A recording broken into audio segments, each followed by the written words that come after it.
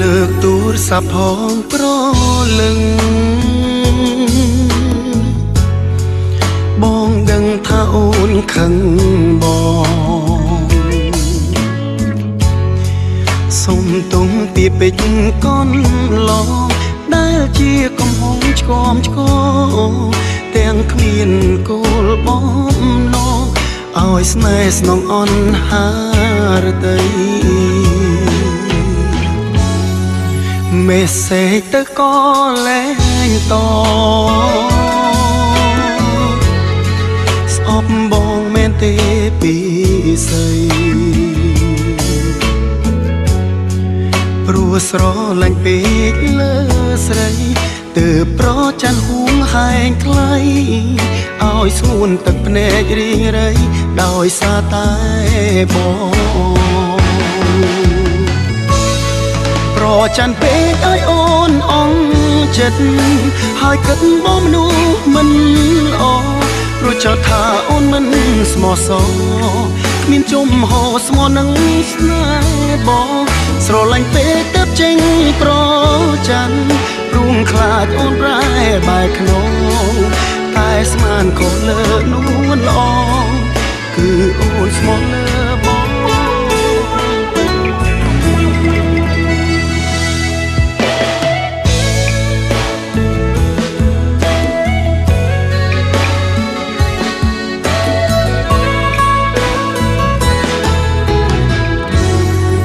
លើកទូរស័ព្ទផងប្រលឹងបងដឹងថាអូនខឹងបងសុំទុំពីពេជ្រកនឡងដែលជាកំហុសឆ្គមឆ្គងទាំងគ្មានគោលបំណងឲ្យស្នេហ៍ស្នងអន់ហារតីមេសេចទៅក៏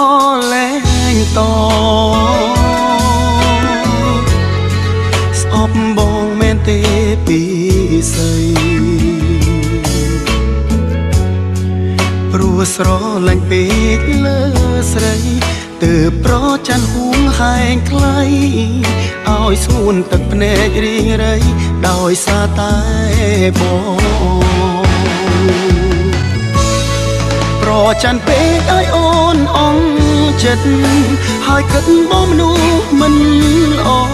ព្រោះចោទថាអូនមិនស្មោះសរគ្មានជំហរស្មោះនឹងស្នេហ៍បងស្រឡាញ់ពេកទៅចេញប្រច័ណ្ឌ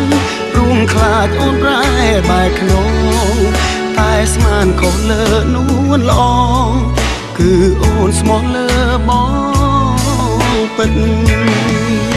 ប្រច័ណ្ឌពេកឲ្យអូនអងចិត្តហើយគិតបងមនុស្សមិនល្អព្រោះចោទថាអូនមិនស្មោះសរគ្មានជំហរស្មោះនឹងស្នេហ៍បង